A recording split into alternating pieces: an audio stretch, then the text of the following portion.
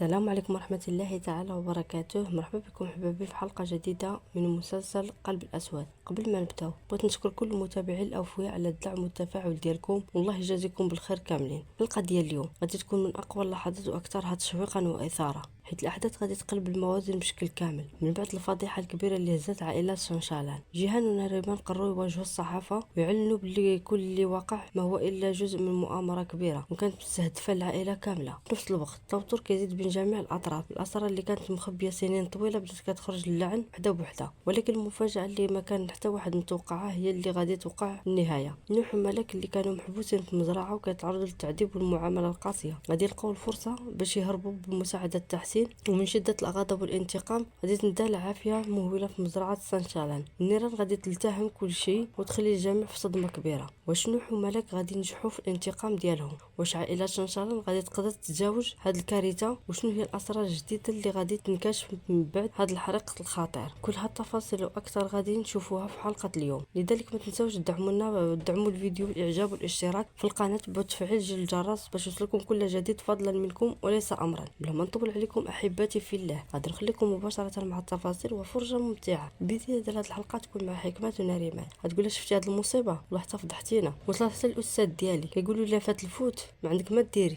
ودابا شنو غادي نقول؟ شكون مشى وفين مشى؟ والله حتى غادي نحماق. هادشي كيفاش غادي نصلحوه؟ خاصنا نمشيو نشدو داك اللي دار هاد المصيبه ونحاسبوه. اشنو هاد الهضره الخاويه؟ راه دابا كاع كابادوكيا كتهضر غير على هاد الموضوع. واش عارفه هادشي؟ باين عليك ما هزاش الهم. خاصني غير انا اللي نهز الهم بوحدي، غادي نهزو وخاصني نيت نهزو. انا عارفه شنو ندير لداك جيهان. من بعد غادي نشوفو تحسين والرجال ديالو، غادي يقول لي جمعنا هادوك المجرمين كاملين ومازال كنلمو في البقايا ديالهم. من بعد غادي يجي الاتصال في الهاتف يقول له الو خويا. غادي يقول لي كنقول هادشي على حسب اللي شفت. جيب جيهان قدامك وسولو كيفاش غادي يبرر هاد الوسخ كامل، وسولو غير اشنو هادشي، راك معصب بزاف؟ لا خويا لا الحمد لله ما كان حتى شي مشكل. يقول لي واه شنو واقع؟ كان شي خبر خايب؟ يقول لي كان اسلسو. واش شفتي هاد الخبر؟ هضرتي اليوم مع اللوفوا؟ لا خويا ما هضرتش معاه، غادي نعيط ليه ولكن التليفون ديالو مسدود. وشنو واقع ليه؟ عيط ليه وما جاوبش. الا حل التليفون قول له عيط ليا دغيا. سي جيهان هتصور ما نصرناهمش مباشره، شكون يمكن يكونوا مفرقين وبقينا كنتاكدوا منهم، وملي تاكدنا باللي صحيحين نصرناهم حيت عندهم قيمه اخباريه. راك شخصيه معروفه وسمح لينا مزيان ولكن شكون اللي صيفط لكم هاد التصاور؟ واش كتعرفوه؟ لا ما كنعرفوش، ولكن عندكم الايميل ديالو. عندنا الايميل ديالو ولكن من بعد ما صيفطش رساله تد مباشره باين الايميل مؤقت اب ما يمكنش نوصلوا ليه، حيت صعيب يمكن تصيفطت من شي قهوه ولا مطعم ولا اي وفي عشوائي. يقول لي مزيان شكرا. اصلا اللي دار هاد الخطه كان مرتبها مزيان واكيد ما غاديش يصيفطها من الايميل ديالو. غادي يقول لي هاد التوأم والله الا غير تعالب ماكرين بزاف. كون غيرهم كنت كنعرف باللي كنتي مع ملك في الحديقه د القصر. حتى واحد ملك اللي قالت لخوها من بعد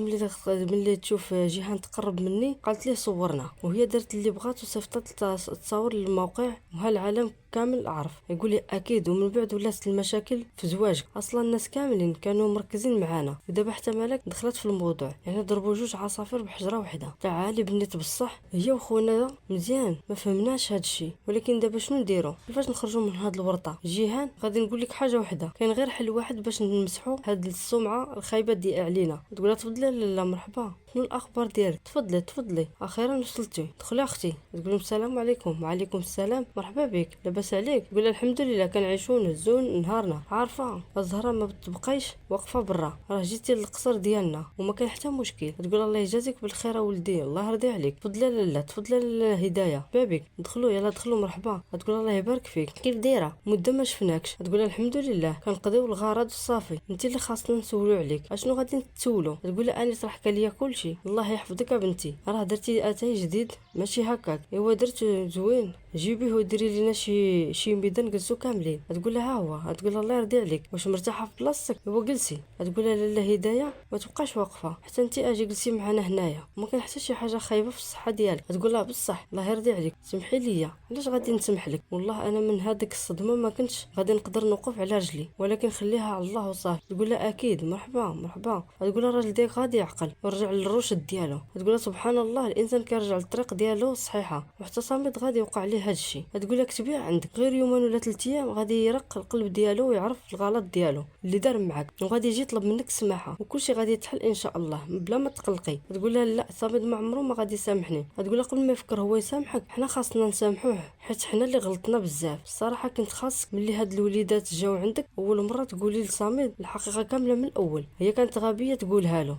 والله الا مرات كثيره بغيت نقولها له ولكن ما قدرش، وهذا الشيء ماشي سهل. انيس صامد ما كانش خاصو يعرف، ولكن داك المراه الشريره خلطت الاوراق كاملين، وانا غادي نصلح كل شيء وغادي نحل المشاكل كامله بلا ما يبان حتى شي واحد. راه فكرت في كل حاجه، ويمكن تقول لي ما ندخلش في الشؤون ديالكم، ولكن لا هدايه كنت كنتمنى لو احتضنتوا هاد الوليدات وسمعتوا ليهم، كون هضرتوا معاهم بهدوء وخليتوهم يشرحوا كل شيء من الاول، ما كانش هاد المشكل كامل يوصل لهاد الدرجه. من بعد يبينوا لنا ملك ونوح اللي باقيين محبوسين في المزرعه. تقول لها كنسمع لك اخويا. يقول لها شوفي كاين هنا واحد الحاجه زرقاء بحال القرعه صغيره. تقول لي كنشوفها. ايوا شفتها كريم اللي كنا صغار كنلعبوا بها وكنتنفسوا. تقول لي ها تفكرت دابا ملي نقول لك واحد نبداو، من نقول لك 3 غادي نبداو 1 2 3 1 2 3. تقول لي شوف تما راه كاينه شي حاجه. غادي نرجعوا عند جيهان ونريمان. غيقول السلام عليكم اصدقائي، اول حاجه انا ومرتي بغينا نشاركوا معكم حيت قبلتوا الدعوه وجيتوا، مرحبا بكم كاملين. يقول لي للصحافه سي جيهان واش الاخبار اللي خرجت في الانترنت صحيحه؟ يقول لهم ما تقلقوش غادي نجاوبوا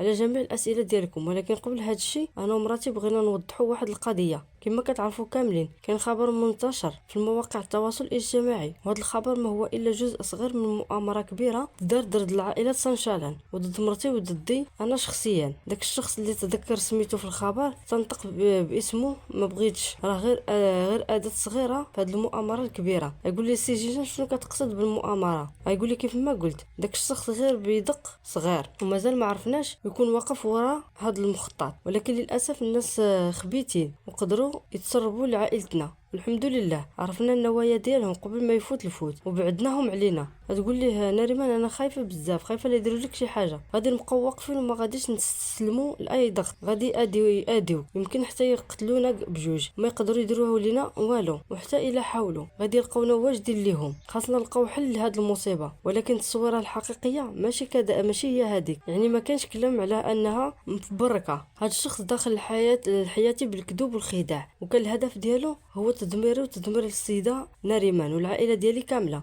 وكما كتعرفوا كاملين كان قريب ينجح في هذا الشيء، وانا دابا قدامكم كاملين بغيت نعتذر مره اخرى لمرتي العزيزه، سمحي لي يا حبيبه. غتقولي حتى انا قدام الجميع كنقول باللي سامحت لراجلي حيت كنحبو بزاف. غيقولي لها الصحافه لاله ناريمان واش هاد القضيه ما غاديش تاثر على زواجكم، واش ما غاديش تسبب لكم مشاكل؟ غيقولوا واش انا غادي نمشي للفيلا ديال عائله سانشالان ونديروا شويه ندوروا شويه ونشوفوا شنو واقع. غتقول لها لا ما كاينش علاش نمشيو، عندي واحد الراجل ديالي تما غادي نعيط له ونسولو، ولكن الراجل اللي ماشي هو نوح، حتى هو ما بقيناش كنقدروا نوصلوا ليه. تقول له نوح حاجه وهذا الراجل حاجه اخرى. عندي راجل اخر داخل الفيلا ديال ياسي شلقو. تقول لها بصح اخويا طبعا بصح، وعلاش متفاجئ هكا؟ واش ما كتعرفنيش؟ هاد الفيلا عندي 2 عيون و2 ودنين، وحتى الطري لا طار كيوصلني خبارو. من بعد غادي يجي الاتصال في التليفون يقول لي الو اليوم وصلني حتى خبر من عند نوح. يقول لي ما تقلقش شنو وقع، كاين شي مشكل؟ يقول لي شنو واش من الفيلا اللي فين هزهم؟ يقول لهم صافي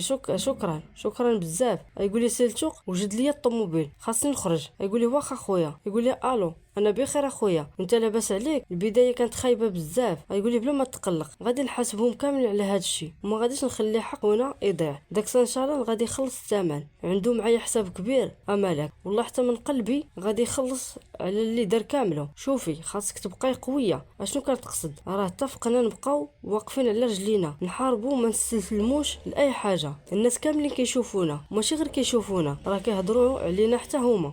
شنو كيقولوا؟ حتى انا بغيت نعرف واش واجد. يقول لها يلا هنمشيو. واش بصح واجد؟ يقول لها واجد، كنا كنتسناو بزاف هاد اللحظه. الصراحه هاد الشيء كامل كان مجرد احلام كاذبه وحب مزور، مازال ما فاهمش كيفاش وصلنا لهاد الحاله. تقول لي حتى انا كنتمنى على الاقل نكونوا ربحنا شي حاجه من هاد التجربه، ولكن غادي نقول لك حاجه وحده، مستحيل نسوق الطوموبيل دابا، ما عنديش القدره نهائيا. تقول لي مزيان بغيت نسولك على واحد الحاجه، ولكن الا ما شفتيهاش بعينك صعيب تحكم عليها. يقول لها فكره زوينه. ايوا شنو نديرو دابا؟ ما عرفش بصح الصراحه بغيت نمشي للمصحه، غتقول لي سريا والله حتى انا ما كنطيقش هاد المصحه النفسيه، كنكرهها بزاف. ملي كندخل ليها كنحس براسي مخنوق وما مرتاحش نهائيا، وفي اللحظات الاخيره كيتصاعد التوتر بشكل كبير. من بعد ما شعلت العافيه في مزرعه عائله سان شارلان، المفاجاه الكبيره هي ان اللي كانوا وراء هاد الحريق هما نوح وملاك، بعد ما كانوا محبوسين في المزرعه وكيتعرضوا للتعذيب والمعامله القاسيه. بمساعده ديال تحسين قدروا يهربوا وينتقموا من الظلم اللي تعرضوا ليه، وهذا الشيء خلى النيران تلتهم المزرعه كامله وتخلف في حاله من الرعب والفوضى. دابا وهنا كتسالي الحلقه ديالنا، وكنتمنى هاد الحلقه تنال الاعجاب ديالكم. دعموني بالاشتراك واللايك باش نوصلكم كل جديد، وشكرا.